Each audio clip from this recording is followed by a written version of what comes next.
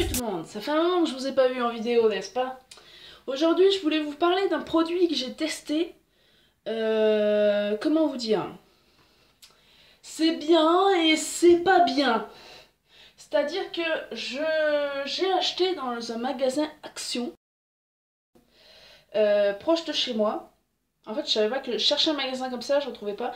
Et tout le monde sur la toile disait: "Ah, vous avez testé le gel d'escargot nanana, nanana." Moi, en tant que bonne citoyenne, je me dis: bon, allez, je vais tester, j'ai rien à perdre. J'ai une peau à peu près normale, j'ai quelques cicatrices d'acné, mais rien de ouf, quoi. Alors, je me suis un peu renseignée, un peu à droite à gauche, et j'ai fini quand même par l'acheter. Donc, ça se présente comme ceci. C'est un petit pot. Donc, ils te disent gel d'escargot, du gel régénérative, c'est-à-dire que c'est un gel qui travaille, qui fait les choses, quoi. Donc ils te disent que c'est pour l'utilisation entre autres de l'acné, des cicatrices d'acné, des taches de vieillesse, des rides, vergetures, rides d'expression, etc. pour le corps et le visage. Bon, chose faite, chose due. Donc il faut nettoyer sa peau avec un démaquillant, avec votre savon, avec ce que vous voulez, il faut qu'elle soit propre, bien séchée. Et ensuite, vous appliquez, mais pas besoin d'en prendre beaucoup, vous en appliquez un petit peu, ça suffit, de ce gel. Vous en avez... Alors, l'odeur est un peu spéciale, bon. Vous en appliquez un tout petit peu, un petit peu, vous en prenez un peu par là, machin. Et donc, normalement, il est censé un petit peu changer. Donc, ça fait 2 semaines que j'applique ce produit. Je l'applique 5 jours par semaine parce que si on l'applique 7 jours sur 7, étant donné que c'est un gel qui travaille justement, il faut aussi laisser la peau se reposer, faire son taf. Parce que sinon, j'ai l'impression que le machin, il va pas assimiler tout ce qu'il faut et ça va pas le faire.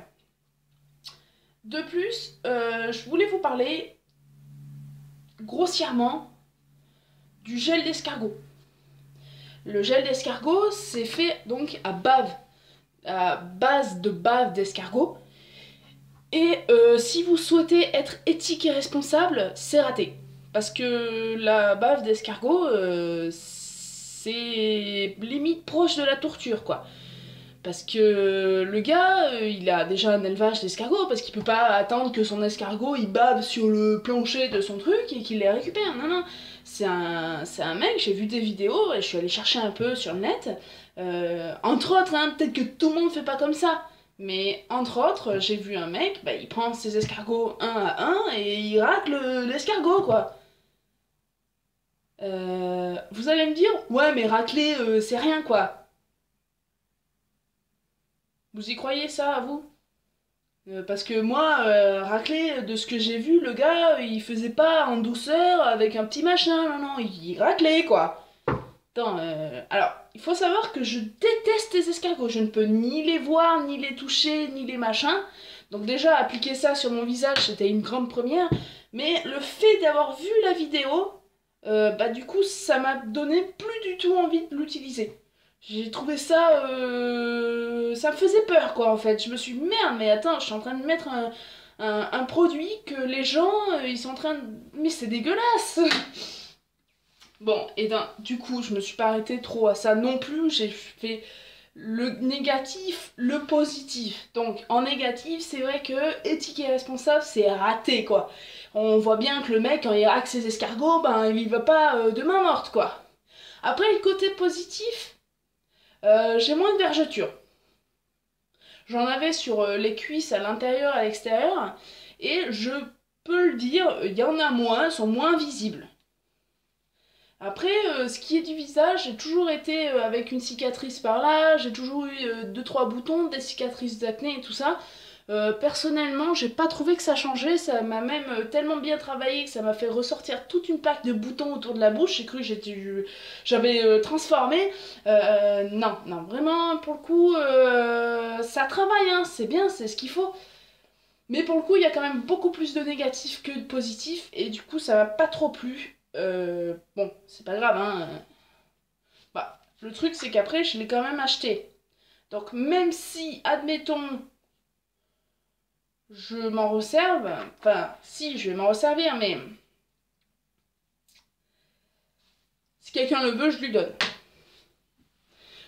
Moi, je pense qu'il vaut mieux préférer les produits pas à base de bave d'escargot.